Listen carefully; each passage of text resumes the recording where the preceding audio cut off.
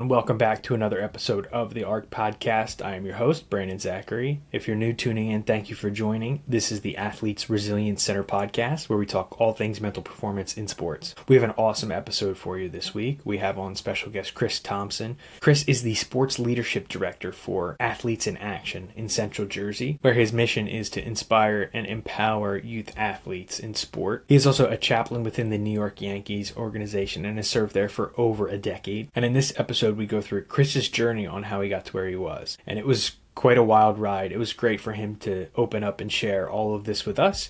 We go into his high school playing days, about how baseball was his first passion and first love. We go into his story about playing collegiate baseball. We go into him having an injury in college baseball. We go into how he was introduced to faith and ultimately found an attachment to it and was able to make it a part of his calling and profession. We go into a lot of mental insights that he has seen through his time working with athletes at the youth, high school, college, and professional levels. We talk about the blending of faith and mental performance together in order to create the ultimate athlete. We go over a topic that we've talked about a lot on this podcast. We talk about identity and how it's important not to tie yourself just to becoming an athlete, but that you are way more than that. And we go into so much more. So this is a great episode, and I hope you guys enjoy.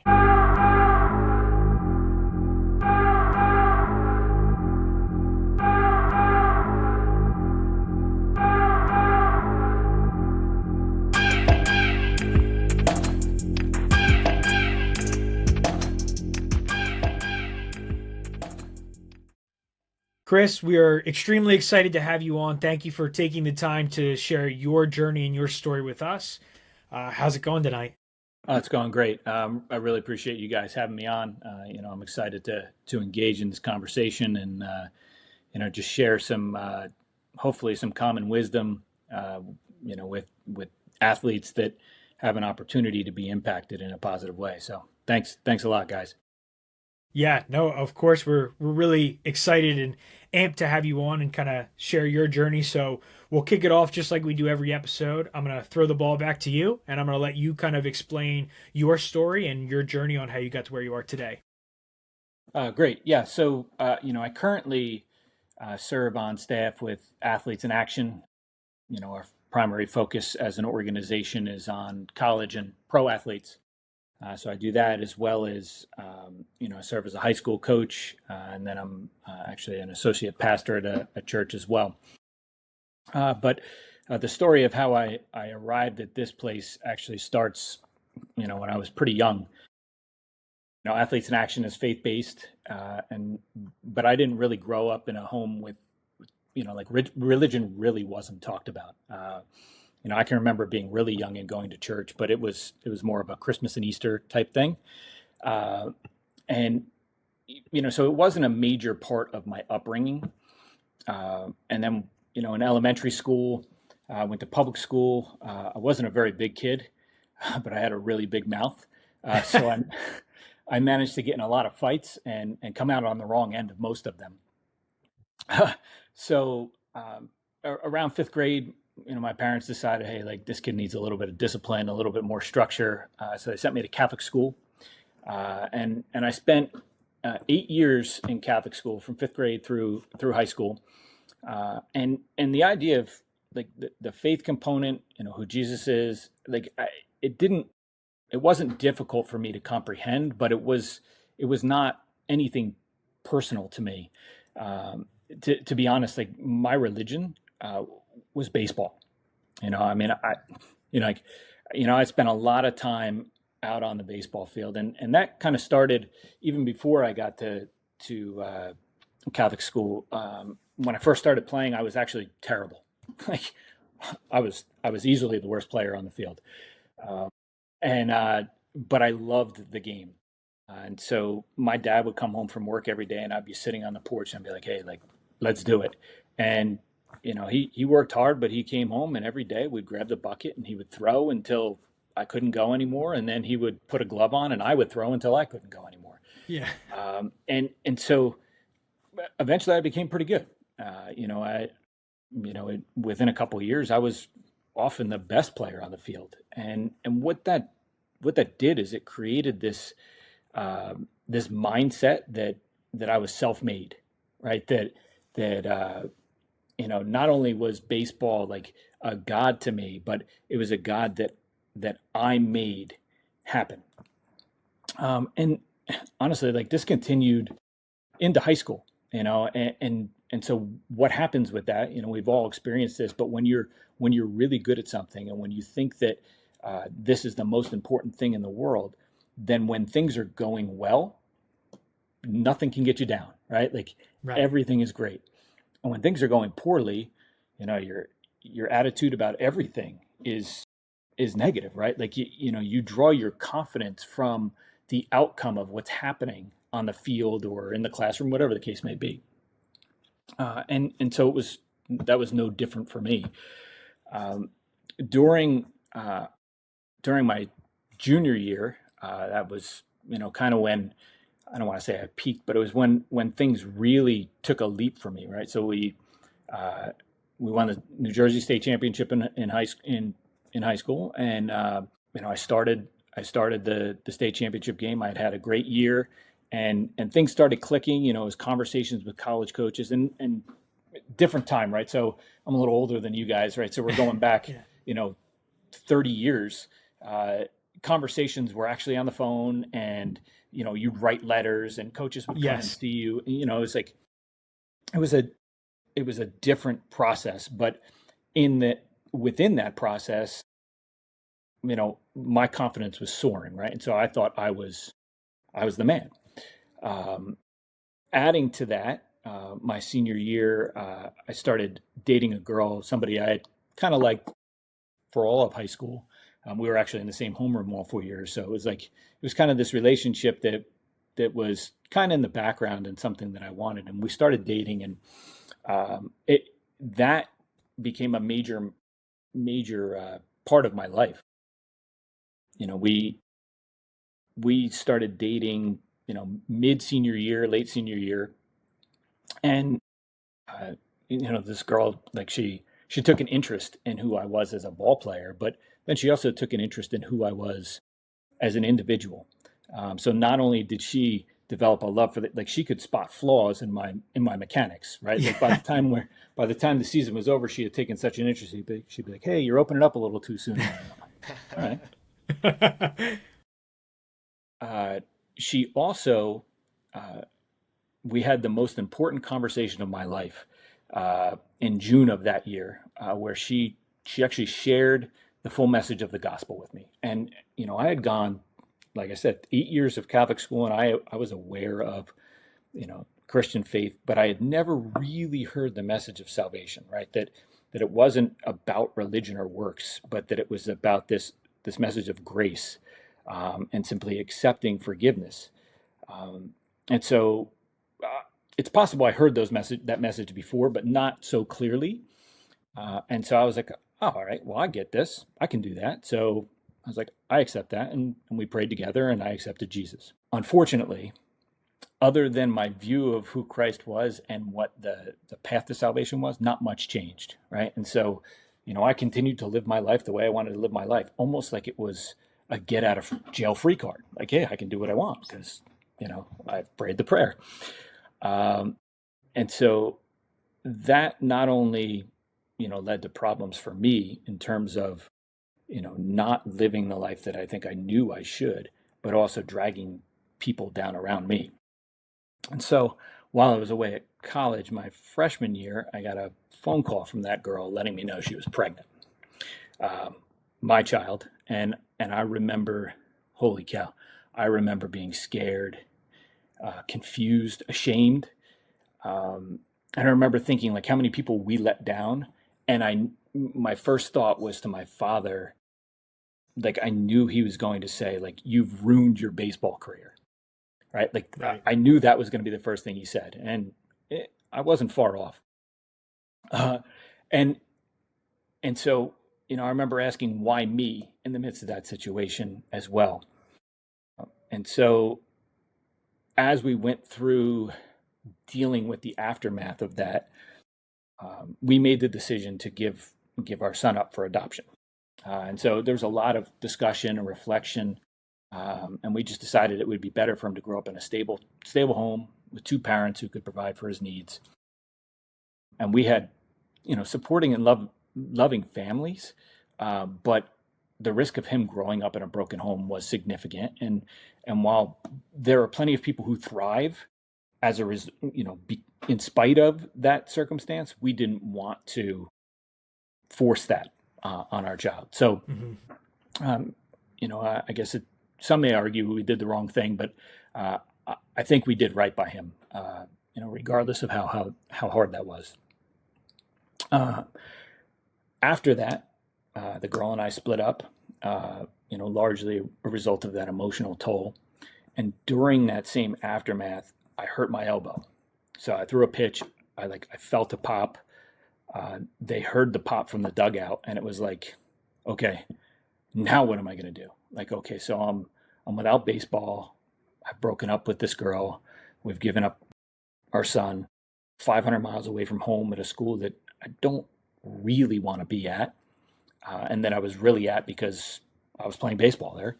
And so my inward focus got even worse, right? So it was like I constantly felt sorry for myself. And I'm wondering, why me? Why is this all happening to me?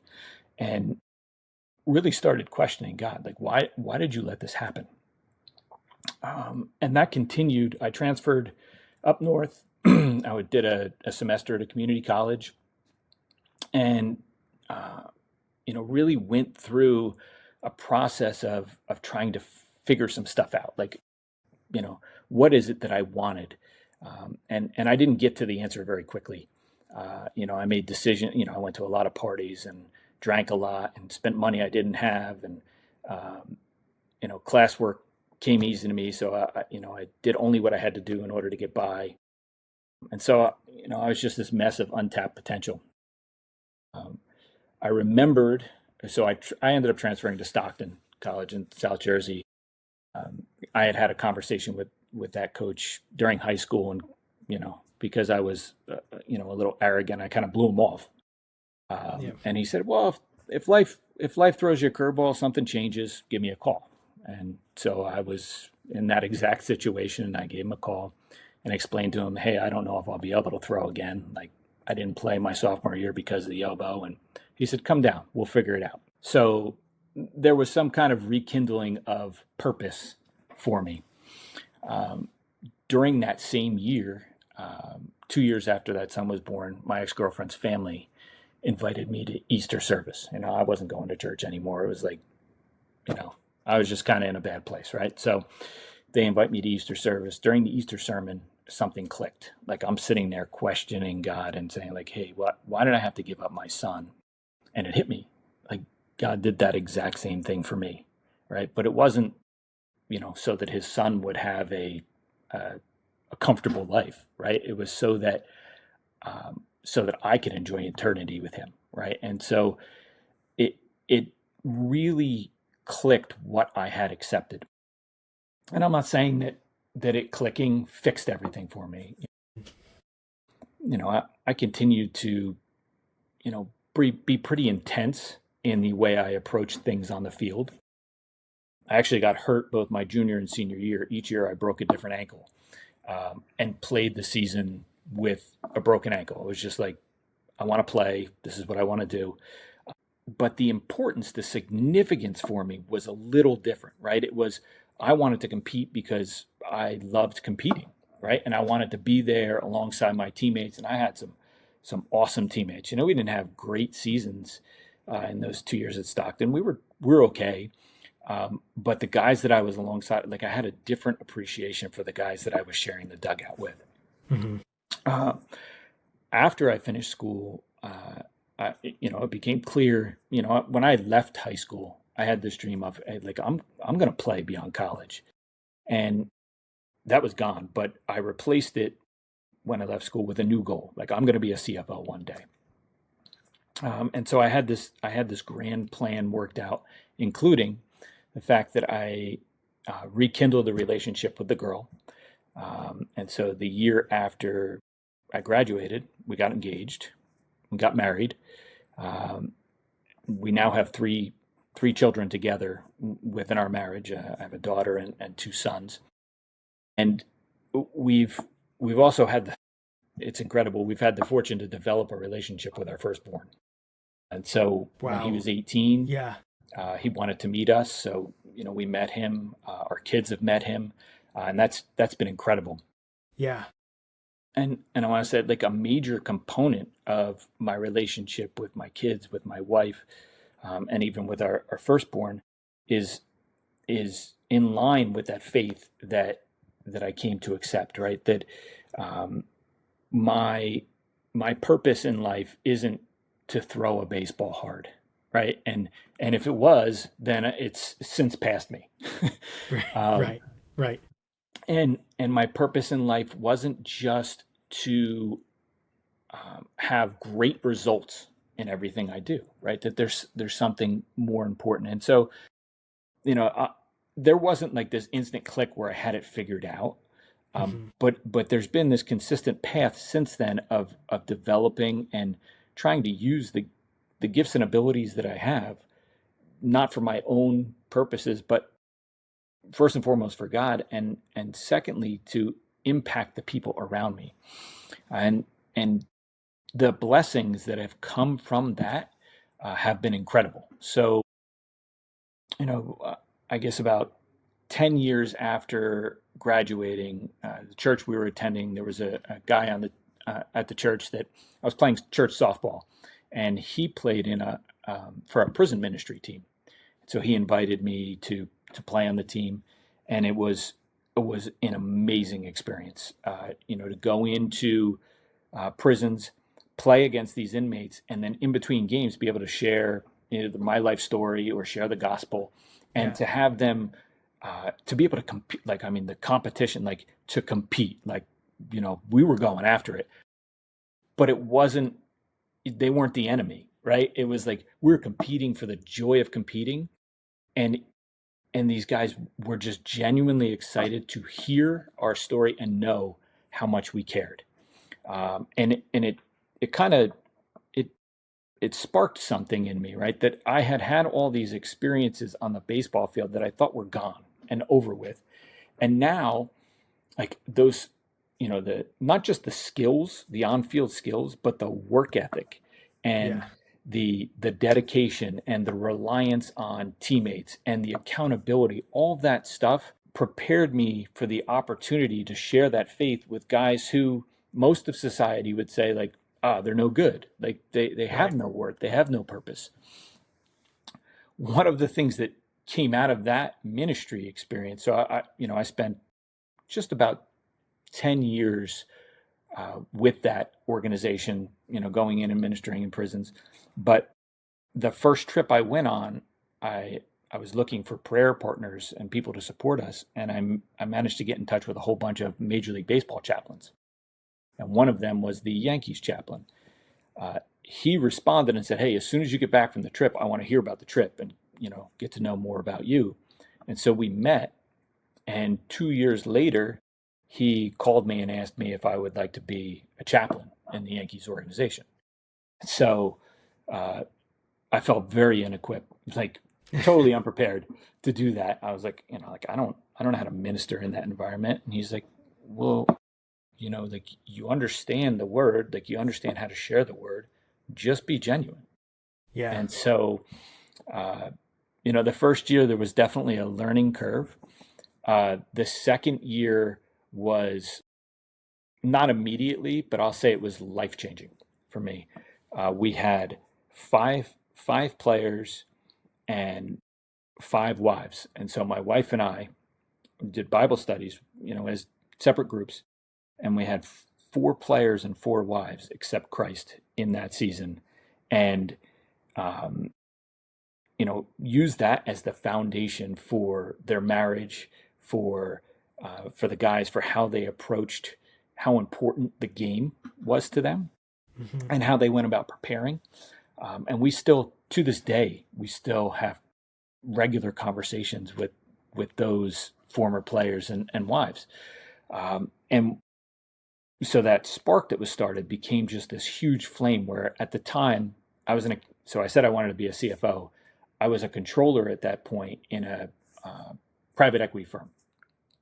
And like I found myself thinking like, okay, I go and do this job. I sit at a desk all day and like, for what? Yeah. I can't get enough of spending time with these guys and their wives and just investing in them and helping them to recognize that their identity is so much more than a baseball player or a player's wife. Right. And so for years, I kind of had in my mind, like, this is what I want to do. This is what I want to do. And um, I worked my way up the chain. So I left that firm and ended up as the CFO of it was like a large health club and construction company, and was working for an ex-pro athlete. And I thought like, okay, this is perfect. Like there's going to be some marriage of all of this stuff I get to do. But I found myself lacking joy. Like I had wanted to be a CFO. That was like my goal when I left college. Right. And I had gotten there and I was like, wait, this is it? Like this is what I wanted? Like shouldn't I be happier? Shouldn't I have more joy? And then I started having this dream every night of this ministry that I could create. Like I could see the building and I could see the programs going on. It was the same dream every night. And I said to my wife, I was like, I think God's telling me to quit this job. She's like, I think you better ask again. I said, okay. So I said, like, why don't we pray about it? So we prayed about it for, I don't know, a month or two. And I woke up one day and I was like, I think I'm supposed to quit today. She's like, okay, all right. Well, if you feel like that's what you're called to do, I'm with you. Yeah. I said, cool. Got into work.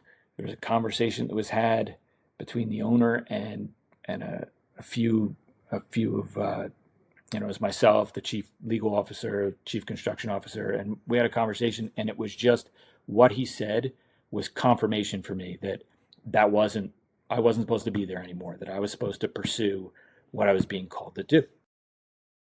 So I wrote my resignation letter. I handed it in a few days later, and I kind of set off on this journey of I want to minister within sport. I wanted to create a sports ministry under the Athletes in Action banner. And initially, I started out with youth, so we were running a flag football league, and um, that was great, with the exception of COVID. And so this was right before COVID, and so I had this plan, but the finances weren't really in line with what we were trying to do, and COVID made it worse. Um, Along the way, I was coaching a travel program local here in New Jersey, on the New Jersey PA border, and I found that there was a really awesome opportunity to not just like you could share a word and somebody could hear it and accept it, or you could plant a seed, but the opportunity to invest in these young men and walk side by side with them and develop genuine relationships with them, so that they knew how much I cared, right? There's a saying, particularly in ministry, that says people don't really care what you've got to say until they know how much you care. And uh, to see the growth of these guys over a 4 or 5 year span was incredible, right? Not just as ball players, they all developed into really nice ball players, but as men, and to see their curiosity about faith and how it aligned with their pursuit of this higher level of sport, right? That it's very easy for sport to become an idol, right? That it becomes Yeah. the most important thing in your life. And so for them to navigate that question of how can I attain this greatness if it's not the most important thing in my life? And that's a hard question to answer, Yeah. because well, playing at a high level requires an intense amount of dedication, right? What I've come to appreciate is the fact that when you can prioritize that faith and recognize that we're all made for greatness, right? Scripture tells us that. Like in First Corinthians, it says that we are called to holiness, right? And we're called uh, to uh, be holy people that represent God, right? And that's a pretty great calling. That looks different for everybody, right? For some people, it might mean that you're a pastor. Some people, you're a lawyer. Some people, you're a ball player, right? You've been gifted with these things. And with those things, you are called to be excellent, right? To do the very best you can with the resources that you have available to you. And then in Romans, it says that we're more than conquerors, right? And so when you marry those two things and look at how that impacts how you approach sport, that means that you should be in the weight room when you need to be in the weight room, right? And that you should be eating the right way, and that you should be sleeping the right way, that you should be speaking to your teammates in the right way and being accountable to them. And when you take the field, that it's not just about your own personal glory, right? And that's a hard thing, right? Especially in this age of social media. Like, you want to be the first clip on that post, right? Yeah. But and that's I mean, I don't think there's anything wrong with being the first clip on the post, right? Right. But is that what drives you, or can something greater drive you? And so throughout all of these experiences, what I've come to really appreciate is that when you recognize who we've been created to be, if you are given the gift and ability to play at whatever level you're playing at, and that you do so with Jesus as your audience in mind, right? It's a form of worship to play or to prepare to play well. It frees you up to just play, right? You're not like, I mean, we've all been there, right? Where you're thinking, okay, well, if I have a bad outing here, or if I go 0 for 3, like, am I out of the lineup? Am I out of the Yeah. rotation? Right. Right. And I know I certainly I played with a chip on my shoulder, like, I'm not going to give the coach any ammo to take me out of the rotation. Or, if somebody thinks, hey, you don't throw that hard. All right, well, I'll show you. Right. And so I lacked freedom in my ability to compete.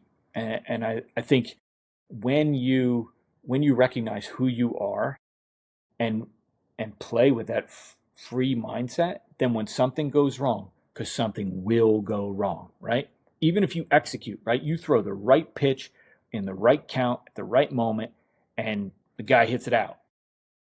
Like, how do you respond to that? Like, is your first thought, oh, I'm not very good? Or I better not do that again? Or is it, okay, next pitch, right? And so when you know who you are, that home run doesn't eat you up. It doesn't ruin your world. And so there's a lot of things that come with the mindset that I'm trying to share with these guys, right? So, I do a couple of college Bible studies with teams, and I've shared chapel messages with some schools, in addition to the stuff I do within the Yankees organization. And what I tell guys, and I actually think the last podcast you had, your guest mentioned this, is the idea of being where your feet are, right? That when you know who you are and whose you are, it's a lot easier to just be where your feet are. And that means being able to reset. Something goes wrong, okay, deep breath, right? Focus on the next moment and how you can be excellent in that next moment. And guys they perform better when they are loose, when they are more free to just perform without the stress of stuff that we can't control, right? Because there's so much stuff we just can't control on the field. Right. And so it's been pretty exciting to see the responses of some of the players. And unfortunately, one of my kids is playing in college, and he's kind of inspired me, not just in how he's inviting kids to these studies, but the things he's sharing, where he's like, hey, you need to do more of this. Like, guys are responding to, like, they're looking for something more. They're looking to figure out who they are, right? And that's what this all comes down to, right? Is, where is your identity? And first and foremost, it's in, you were made and created for something great, right? Right. And when you can embrace that idea, it's pretty exciting to wake up every day. Yeah.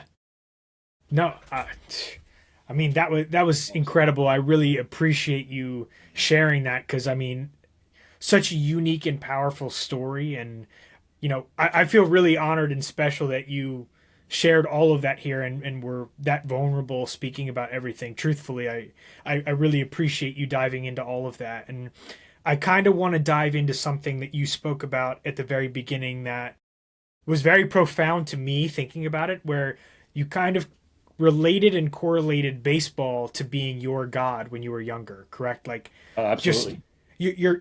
your complete identity is tied to this thing that if you perform well, like you said, you felt like the man, and if you didn't, you didn't. You were at the bottom of the totem pole. You felt like nothing mattered, and you were nothing. And I think Matt and I can both relate with that big time. I mean, in high school too.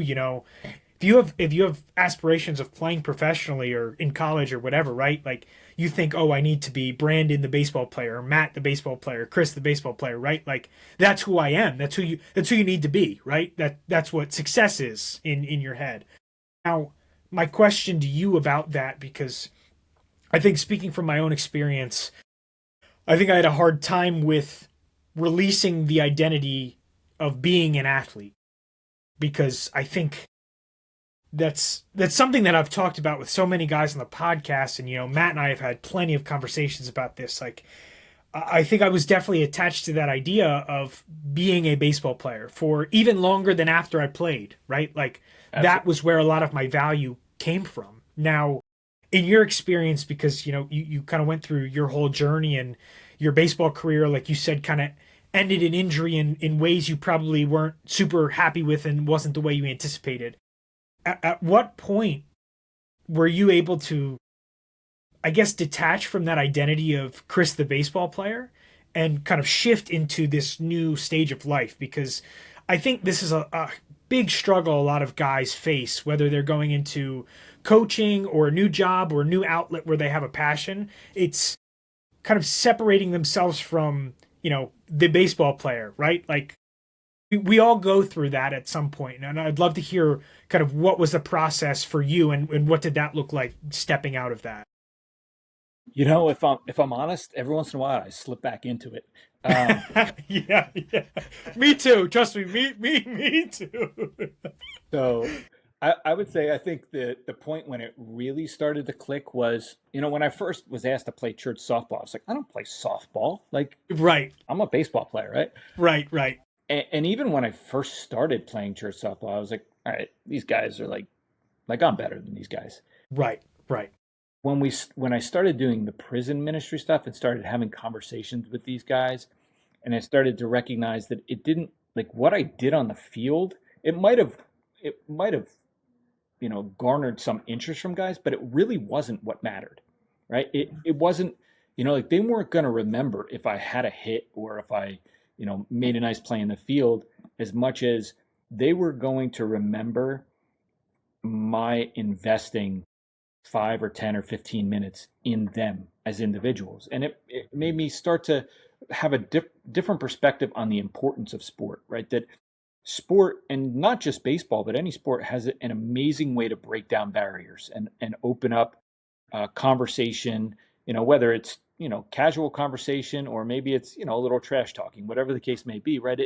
It gives you an opportunity to relate to somebody in a way that's different than just speaking at them. And so I would say that was probably part of the maturation uh, for me.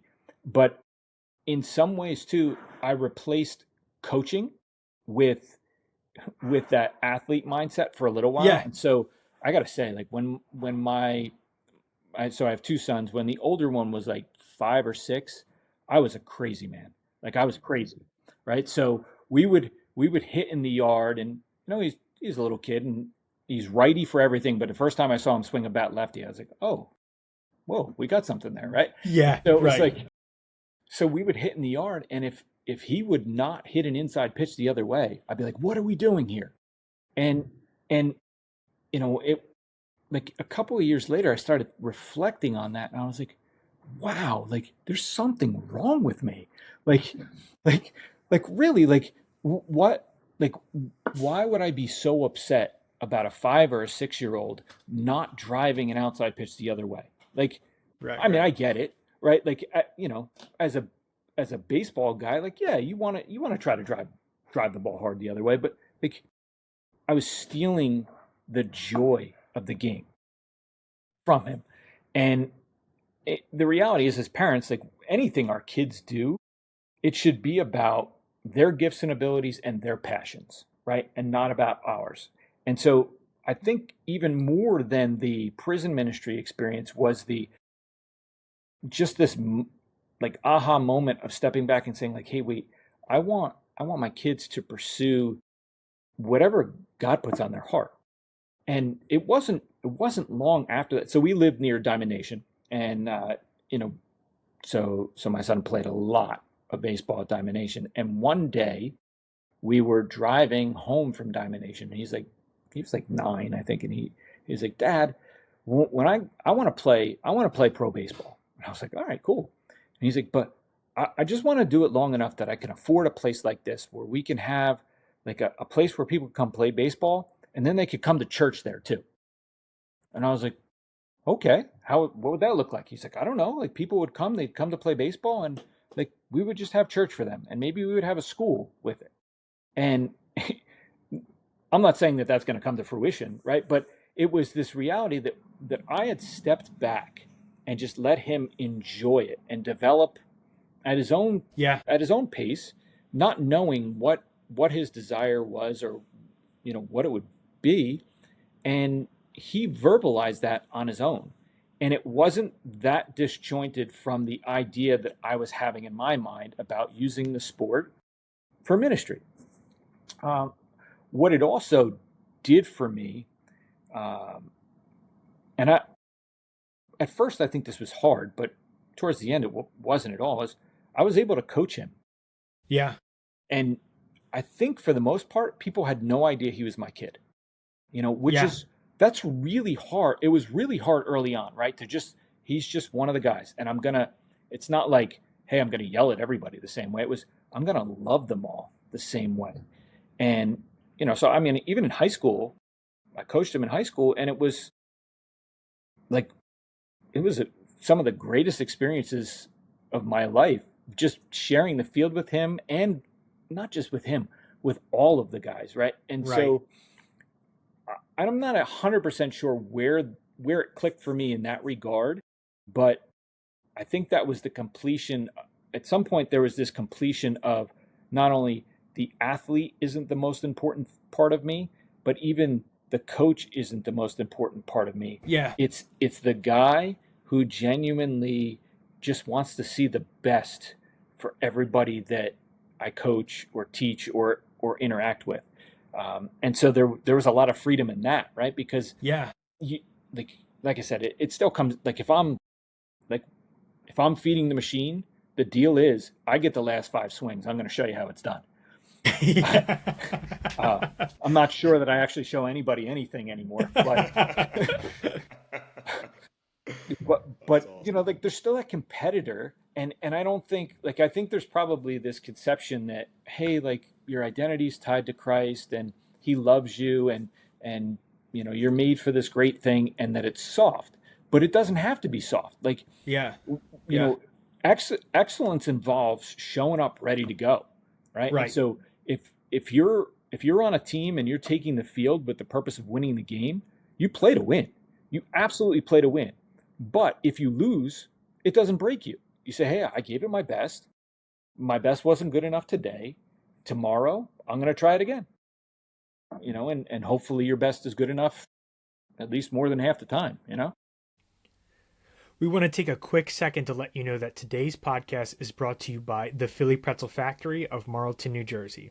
Whether it's picking up a snack between games or picking up a party tray for the big game, the Philly Pretzel Factory of Marlton has you covered. For all of your pretzel needs, make sure you stop by the Philly Pretzel Factory of Marlton, located on North Maple Ave. Let them know that the ARC podcast sent you. Now back to the episode. Yeah. No, I love that perspective. And, I think you talking about coaching your son and working with your son now has definitely it hit me differently now. So I have a 5 week old son, and a big thought in my head has become, if he has a passion for baseball, right, and obviously that was the passion of mine, and coaching him, I always think about what is this level between allowing him to be him and chasing this passion, but also having a little bit of, I guess, that fire to continue to push him a little bit. Obviously, there is a balance, and obviously, I want him to be able to choose his own things, and if he does end up saying, baseball is the thing that I'm passionate about, obviously, I'm going to be right there and support him. If it's not, same thing, I'll support him in whatever he wants to do. But just thinking from coaching lens, I'd love to hear your opinion and perspective on how do you navigate, letting your son be his own person, and also doing your job as a coach and pushing him a little bit, but not crossing that barrier where it's like, now I'm surpassing dad, and there's no relationship now when we're at home, and we're eating dinner. It's like, how'd you miss that 0-2 fastball? Why'd you let it right down the middle? You know what I mean? Like, at what point are you able to kind of, I guess, eliminate those other distractions from coming in and just be like, you know what? This is the moment where I'm able to coach him up a little bit. This is the moment where I'm able to love him up a little bit. And here are the moments where I'm able to let him be him. I'd love to hear your perspective on kind of how you approach that. Yeah, so I think the most important part of that process is recognizing that his performance isn't your identity, right? So Yeah. like if one of my kids isn't good at something, like that's not a reflection of me, unless it's that they act in poor character, right? So that might be a reflection of the training that I've given him at home, or in the case of my daughter, her, right? But I think that's first and foremost, right? Because I've spent a lot of time on youth sports fields, and I can tell you that the slope, or the trap for parents to try and live through their child it's a tough one. You can fall into it without even realizing you've done it. So I think that's the starting point. But then I also think it's vital to allow them to do different things, right? So not just sport. If they have other interests, they should do that too. But even within sport, right, for a whole bunch of reasons, right? Like physical development, right? Like they need to do different things because playing other sports makes them more athletic. But sport is a great teacher for life, right? I would argue baseball is the best teacher of life amongst sports. Maybe I'm biased, I'm not sure. But all sport does a good job of teaching you some strong character traits. So I would encourage you, or any parents out there, to don't decide at age 8 that your kid is just a baseball player or just a football player, because the reality is they didn't make that choice at 8. Right. Or they may have made that choice, but as adults, we should know better, right? And say, hey, like, you might not know exactly what you're supposed to be doing at age 8. And then I would say that if they demonstrate a strong desire to be good at something, if it's a sport, I would say I was given this advice by someone who, had a son who played Major League Baseball and 2 other sons who were minor league players. So, they developed pretty well. And he didn't push any of them to play baseball just because he wanted them to. When they expressed that desire, he would ask them a question. If they didn't lift, if they didn't eat, if they didn't get the grades they needed to get, he would say, has your goal changed? If your goal has changed, I'm good. Let's talk about what your new goal is. If your goal has not changed, then you need to ask yourself some serious questions. Are you doing the things you need to be doing to achieve that goal? Do you need somebody to hold you more accountable? Right? And some guys do and some guys don't. Like I have one son who he's a cage rat, and he'll be in the weight room. Like you have to slow him down. I have another one who has said to me, hey, I need a push. Like I want this, but I don't want it enough at times, and I need a push to get in the weight room, or I need a push to eat right.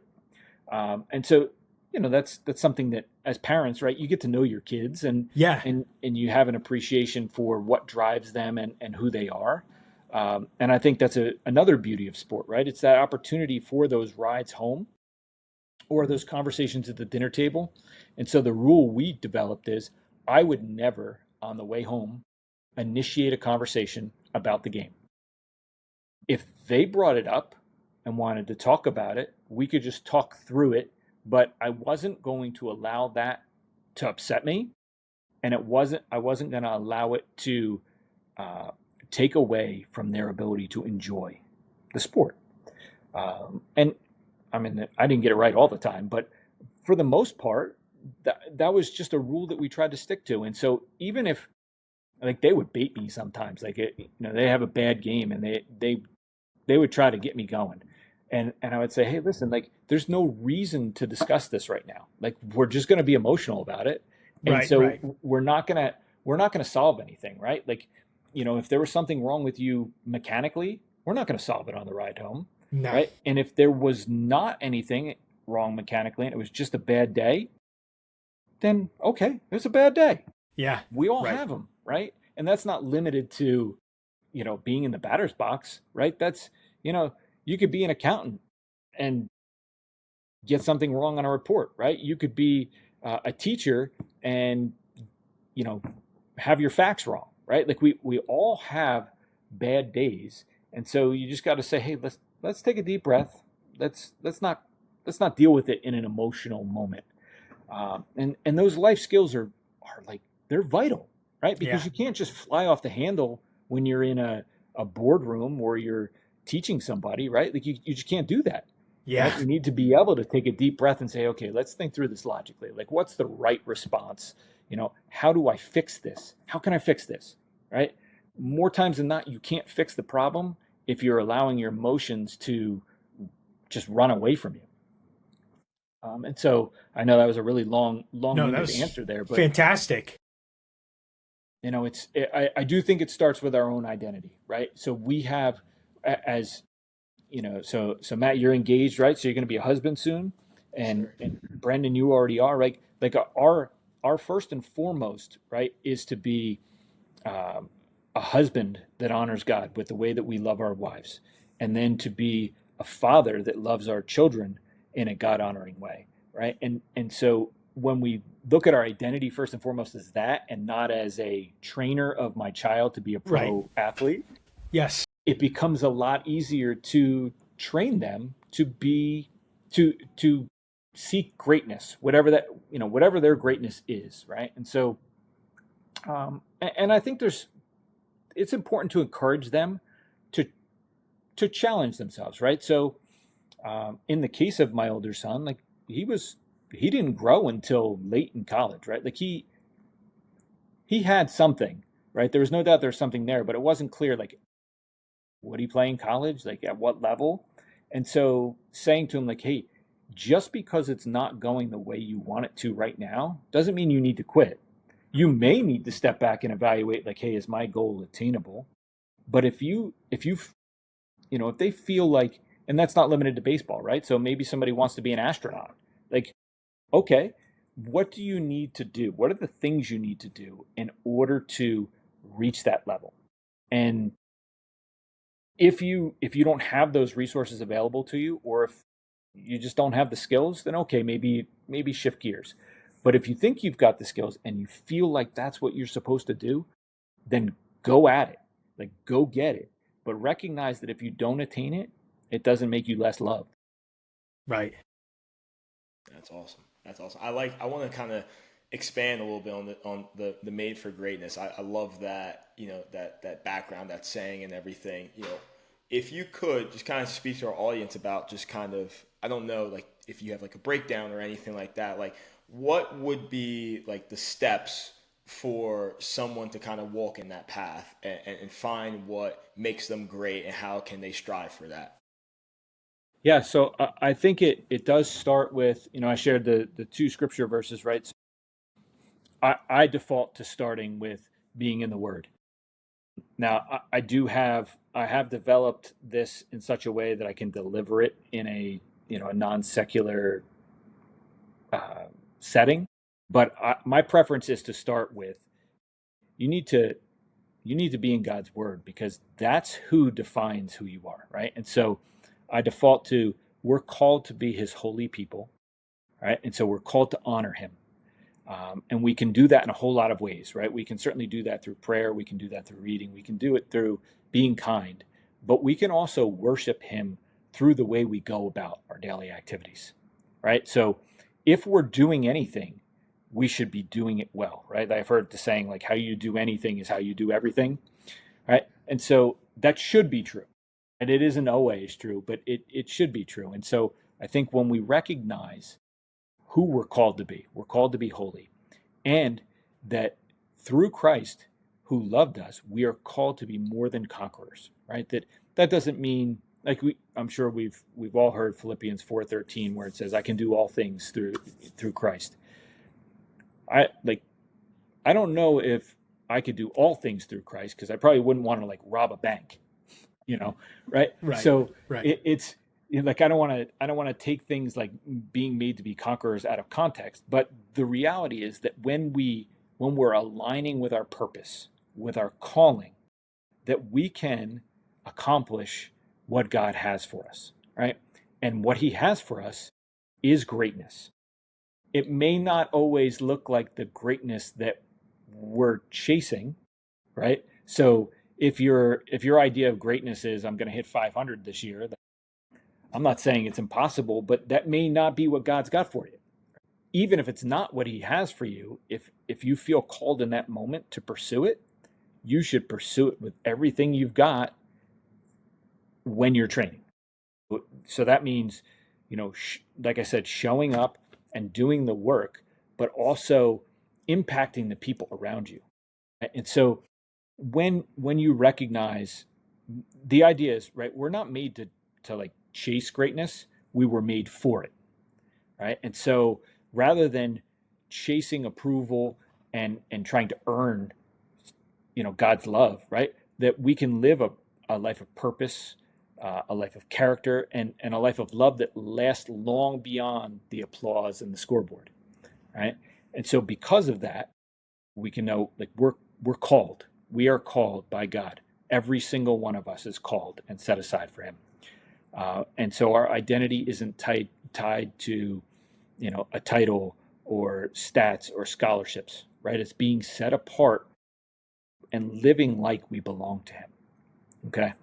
And then recognizing that we're loved, right? Like, if we think about what Jesus went through, like, he didn't come to just kind of, skip through a flower field, right? Like, he went through it, right? Like, he experienced a great deal of pain and anguish and sadness and loss for each one of us, right? Because he loves us that much. And so when we know we're that loved, like, think about it. Like, when somebody does something for you, whether it's your fiance or your wife or, anybody in your life, right, that does something that makes you feel loved, like, you want to respond to them in the same way, right? So when we recognize how much Jesus has done for us, our life should reflect that gratitude, right? And so in return for that, we're not like doing things to earn more love. We've already gotten all the love we can get, but that we want to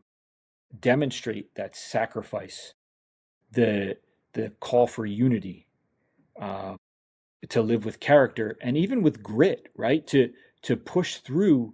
I mean, like, that's grit. Like, the guy's carrying several 100 pounds of a cross up a hill, right? Like, that's pretty gritty. Yeah. And so, he's demonstrated for us how important and significant we are. And so, in my opinion, true greatness begins with knowing who Christ is and then living it out boldly. And that's not necessarily standing up and boldly preaching, right? That's not for everybody. Not everybody's called to preach, right? But whatever we're doing, we're called to be excellent. And I can tell you that mindset is not something that happens overnight, right? Like, we're all growing every day, right? And none of us will fully attain it of our own power, right?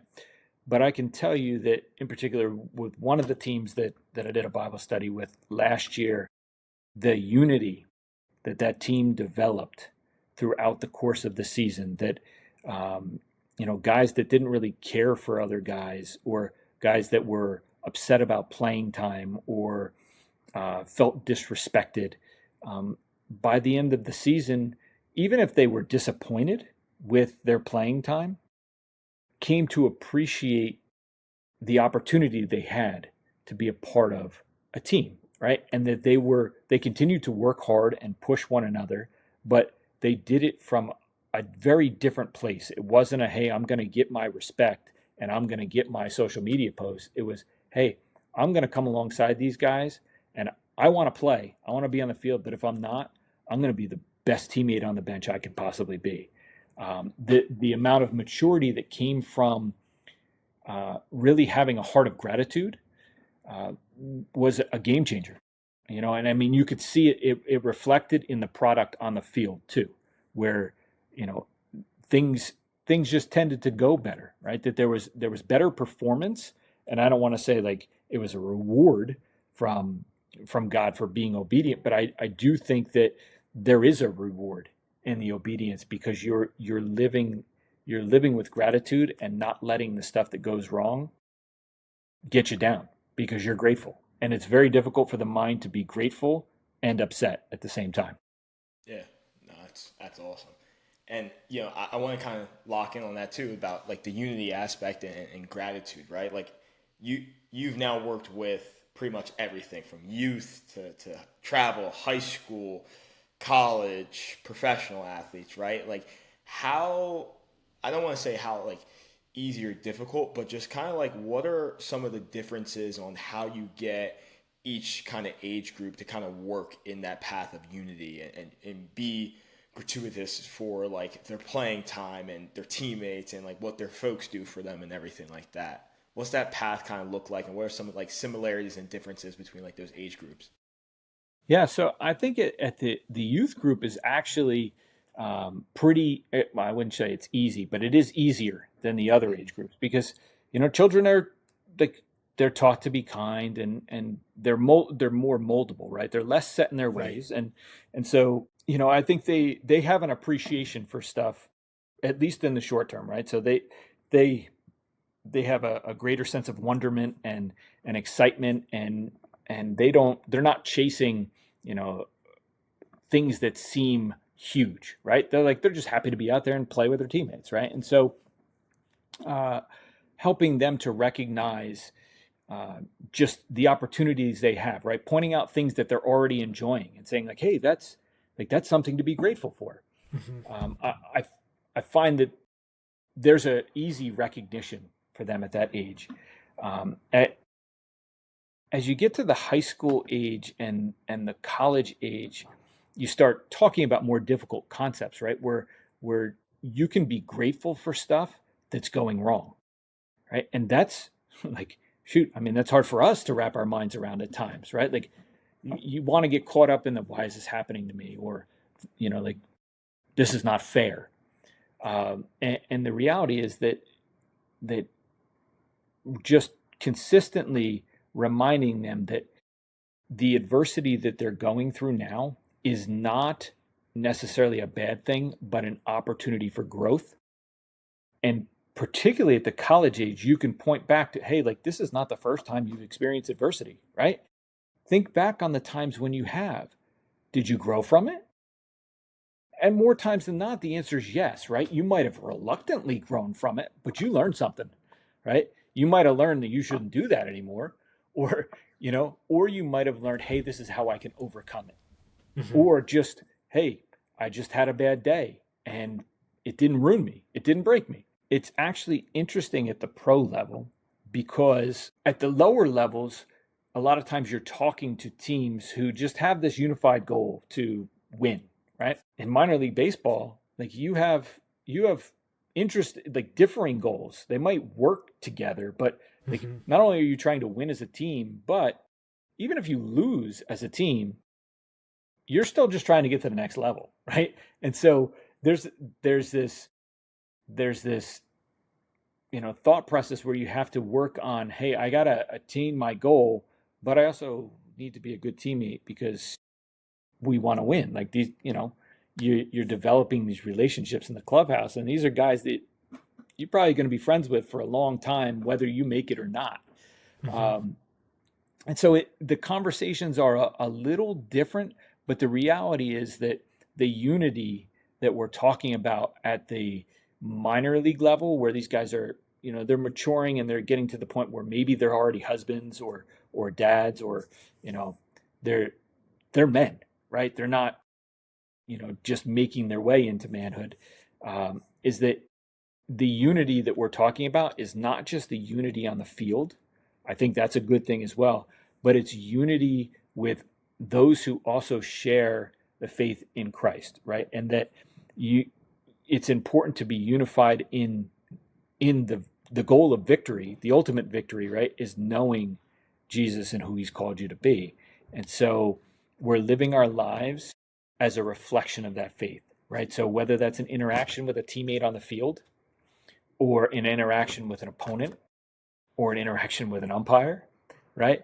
Or a coach who has just told you like you're not doing it right. Or maybe it's an interaction with a coach who has just said, hey man, like you're going back down, or you're cut, right? Like how are you going to respond in those moments? And the same thing for coaches, right? Like they're delivering this message at times that's not an easy message to deliver. Like how are you going to do it? Are you going to do it with love and compassion, or are you just going to be like, okay, you're a number on the page, we'll see you, right? And so, and I'm not saying that I've interacted with coaches who have had that mindset, but I know it happens, right? Sure. And so, just to really emphasize to anyone who's coming to chapel or a Bible study, or that I'm interacting with at the college or high school level, it's about again just being excellent, right? That beyond the field, right? So you're in the classroom and a teacher asks everybody to be quiet. Like, how are you going to respond? Are you going to respond by continuing to talk to the person next to you? Or are you going to demonstrate respect? You have a choice, right? And so, we want to make choices that reflect the faith that we profess, because sometimes people don't have any idea. They've never heard anything about Jesus, right?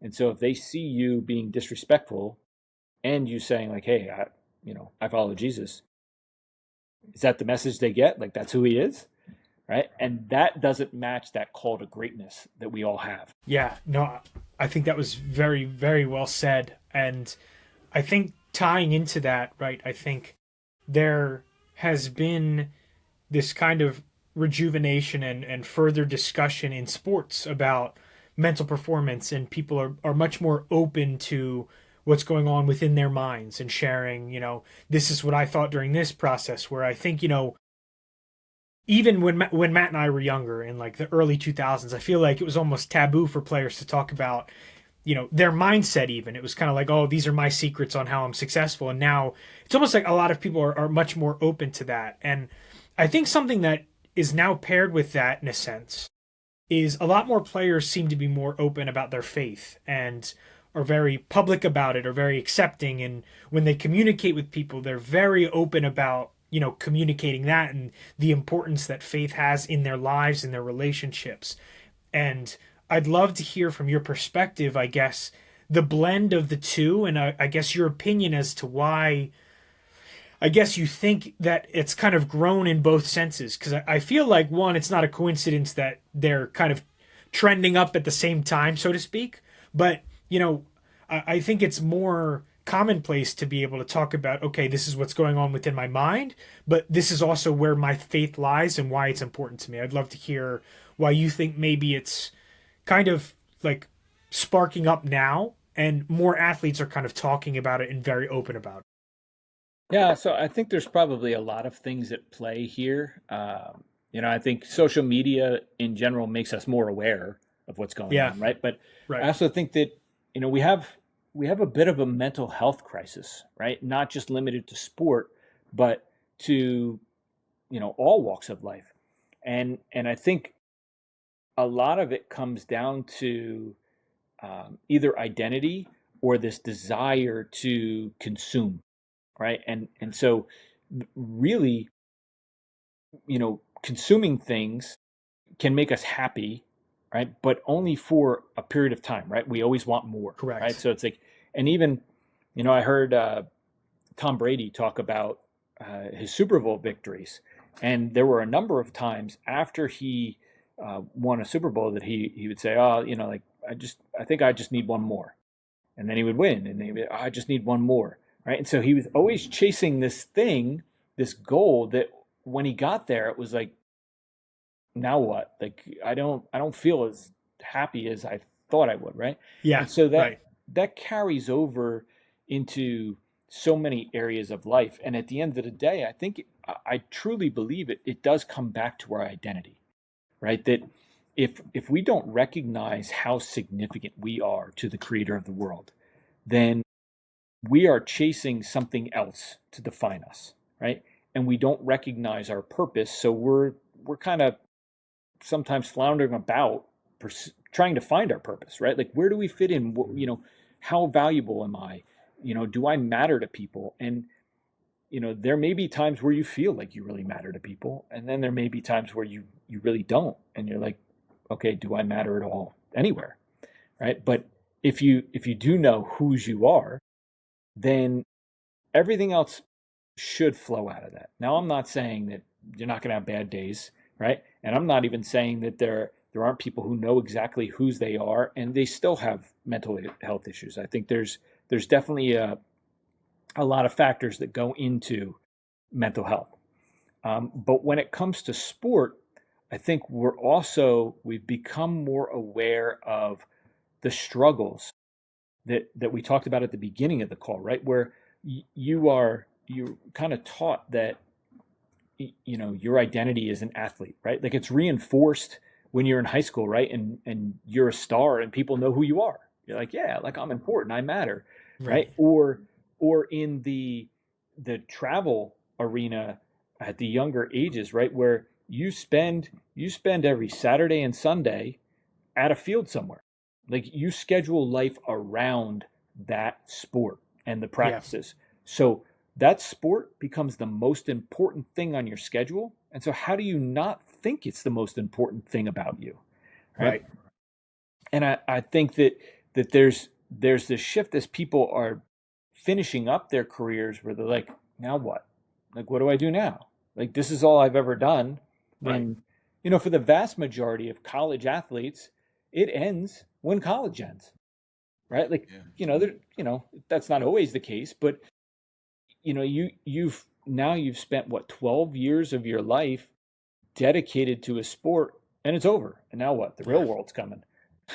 And so I think there is this increasing recognition that we need to do more to help athletes have a healthy sense of who they are, right? Because not only do careers end because you've hit your limit in terms of ability, but maybe it's because of an injury, or maybe it's because a coach doesn't like you, you just don't fit within the program, or maybe you have to quit going to school because you got to get a job to help the family out, right? Like, there's so many factors that go into it, and so we need to, particularly as coaches, right, where our job is not just to help a player achieve their success on the field, but we need to help them grow as individuals.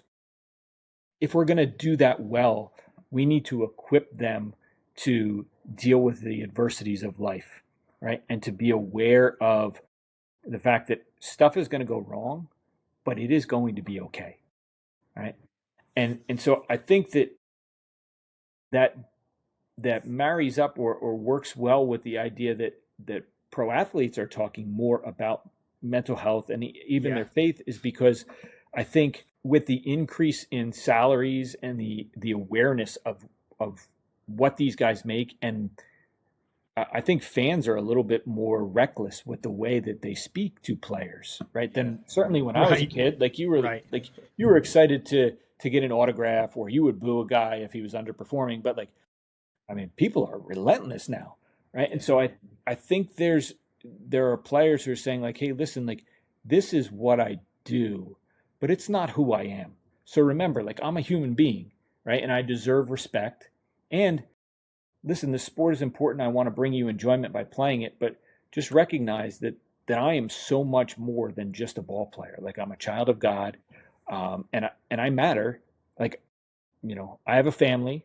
I'm somebody's son or daughter, just like you are, right? And so I think there's a lot of good that's coming out of it, in the Yeah. sense that not only are athletes being more equipped to have an identity that isn't tied to something that is fading, but also I think they're utilizing their platform for something that can have significant impact. And that's, I don't know that athletes have ever had as big a platform as they do now. So it's pretty encouraging to me that they are utilizing it for that, because they could use it for something that's not necessarily good. Right. Yeah, Right. absolutely, absolutely. And I think earlier we talked a little bit about like you wanted to become a CFO, right? You get there and you're kind of like, this isn't for me, and you're having these dreams of moving on and doing something that is important to you and that God's calling you to do, right?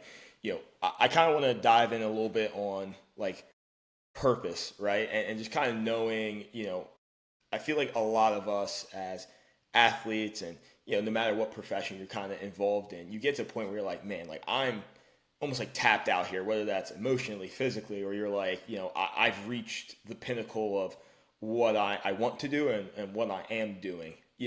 What would be kind of a message, right? To those people in those spaces on, how to approach and attack, what might be next, or what's in their heart, or, what they feel they're being called to do. How do you kind of draw up that courage and then kind of take that risk to hop into that next step or that next chapter?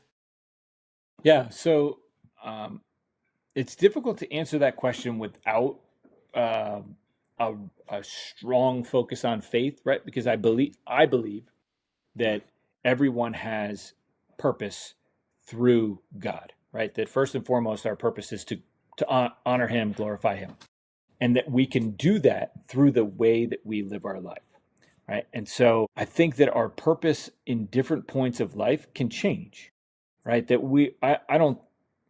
I don't think that any one of us has one single purpose that we've been gifted for, right? That there are a lot of things that we can do, and that sometimes, like, I may not have been equipped at age 20 to carry out the purpose that I have right now, right? And so I had many life experiences that worked to equip me for this. Discerning what your purpose is not an easy thing to do, right? Like, you could get it wrong. You could get it wrong.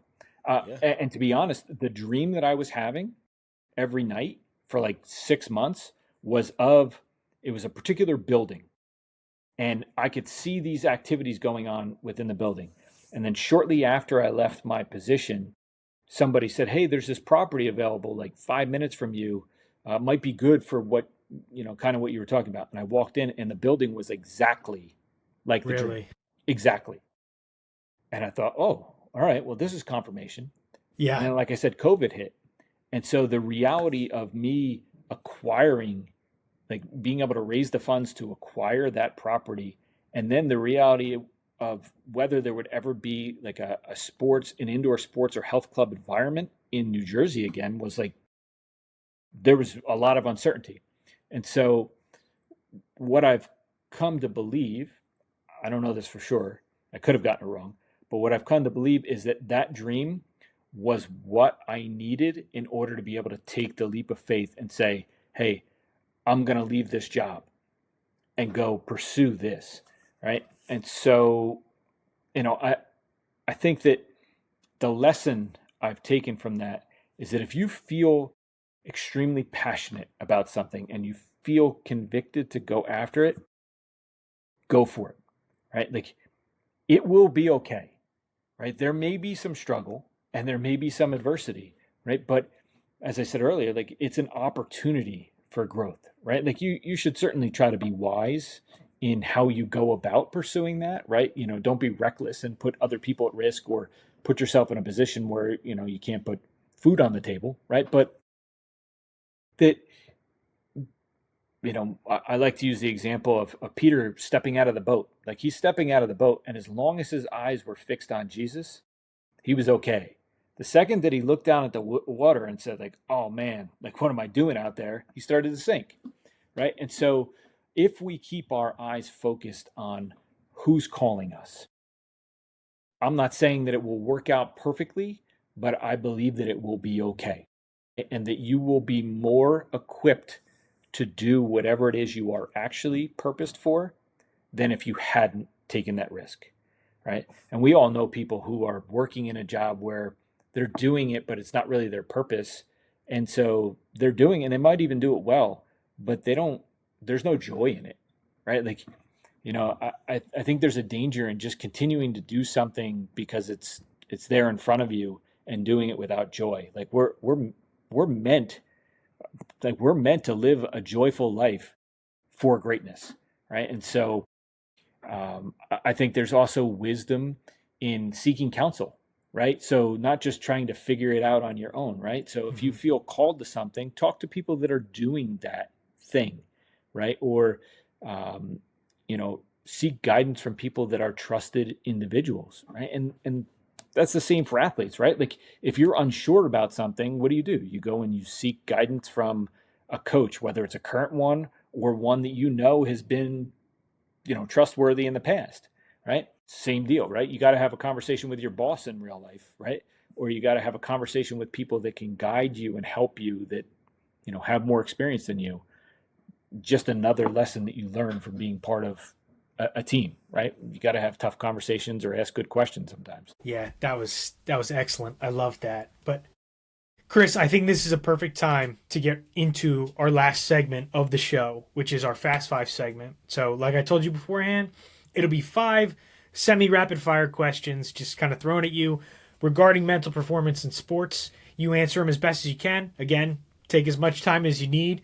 But kind of the first thing that comes to your mind, you'll just kind of spit it out, and we'll love to hear it. So whenever you're ready, I'm down to kind of read you the questions. Let's do it. Awesome. All right. First question. What part of your identity did sports help you discover? That's interesting. So I think early on, it helped me to discover my competitive nature. I think a good word would be tenacity, like just that I was not going to be denied whatever I was pursuing. But then I think the second part of it was who I was created to be, right? This recognition, not so much that I was created to perform in the sport, but that I was created for so much more, and that the sport was just a vehicle to help equip me to accomplish that. Awesome. I love that. Number 2, looking back, what moment felt like the end for you, but ended up just being a new beginning? Man, I'll tell you, I think the elbow injury, it felt like the end. I went from throwing really hard to not very quickly, like Right, overnight. right. Yeah. And it was a time when I wasn't, elbow surgery wasn't anything to be taken lightly, right? Whereas I'm not saying they take it lightly now, right? But it happens a lot now. It didn't then. And so, the decision to not have the surgery and to take a year off, it felt like the end. It really did. Yeah, it was a tough moment for sure. Number 3, when everything around you is chaotic, what's one habit that brings you back to center? First thing I always do is deep breath. Yeah. And there's so much science behind the idea of a deep belly breath. That gives you, it resets the vagus nerve. It gives your mind a sense of calm. It gives you an opportunity to slow things down, right? We talk about in sports, right? Slow heart rate. Like it slows your heart down and allows you to just say, okay, what is important at this very moment? What's the next best thing I can do? Awesome. I love that.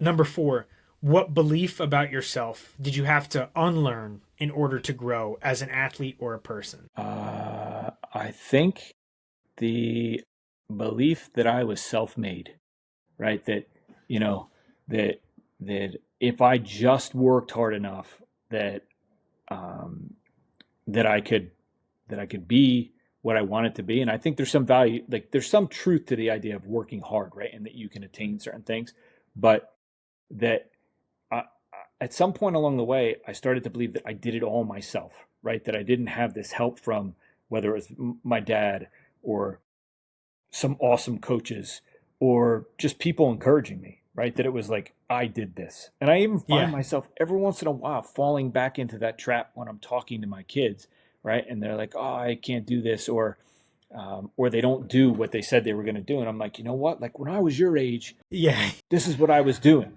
right?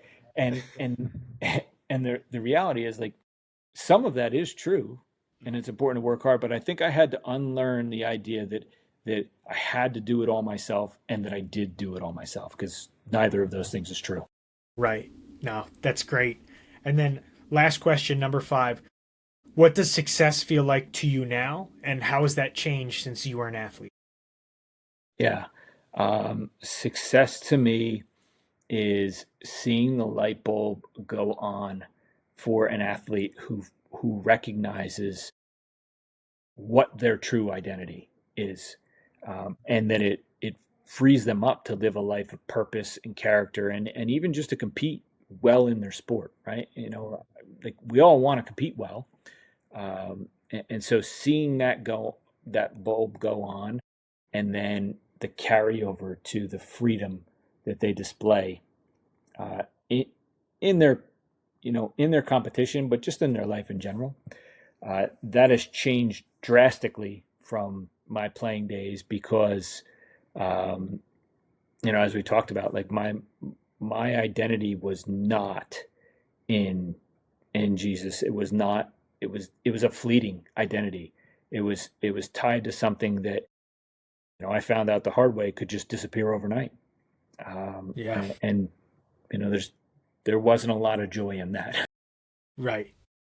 No, I love that. But Chris, thank you so much for coming on and sharing your story. We really, really appreciate, you being so open with us and communicating your whole journey and telling us, your vision, your mission, and everything that you've been doing for athletes. And, we really appreciate you coming on and sharing everything, because I really think it resonated with the two of us, and I think it's going to resonate with the people that are listening. And, just really appreciate you taking the time to share all of that with.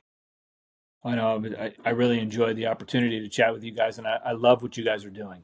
The impact that you guys can have through just sharing stories and giving an outlet to people who are, far more expert, have more expert skill in mental health or mental training than I do, but just the opportunity for all of us to essentially gather in a room and share that knowledge with athletes who are pursuing greatness. I don't think you can underestimate the value that you guys are bringing to the table. So it's been awesome. I really appreciate that. Seriously, it's been awesome.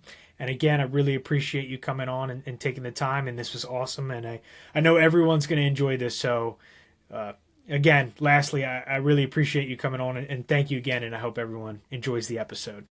Thank you guys.